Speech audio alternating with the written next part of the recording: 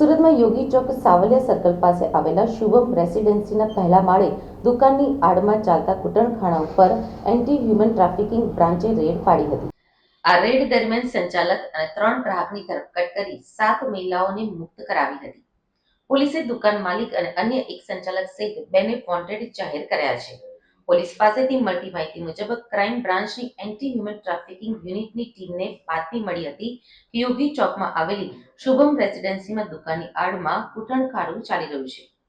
પોલીસની ટીમે બાતમીના આધારે યોગી ચોક સાવલિયા સર્કલ પાસે આવેલા શુભમ રેસિડેન્સીના પહેલા માળે દુકાન નંબર 110 અને 111માં રેડ કરી હતી. રેડ દરમિયાન દેહ વેપારનો ધંધો ચલાવતા સંચાલક વિશ્વરૂપ બારુન દઈ અને 3 ગ્રાહકની ધરપકડ કરી હતી. પોલીસે સ્થળ પરથી રોકડા 14,000 તથા 36,504 મોબાઈલ ફોન તેમજ લાઇટ બિલ મળીને કુલ 50,500 રૂપિયાનો મુદ્દામાલ કબજે કર્યો હતો.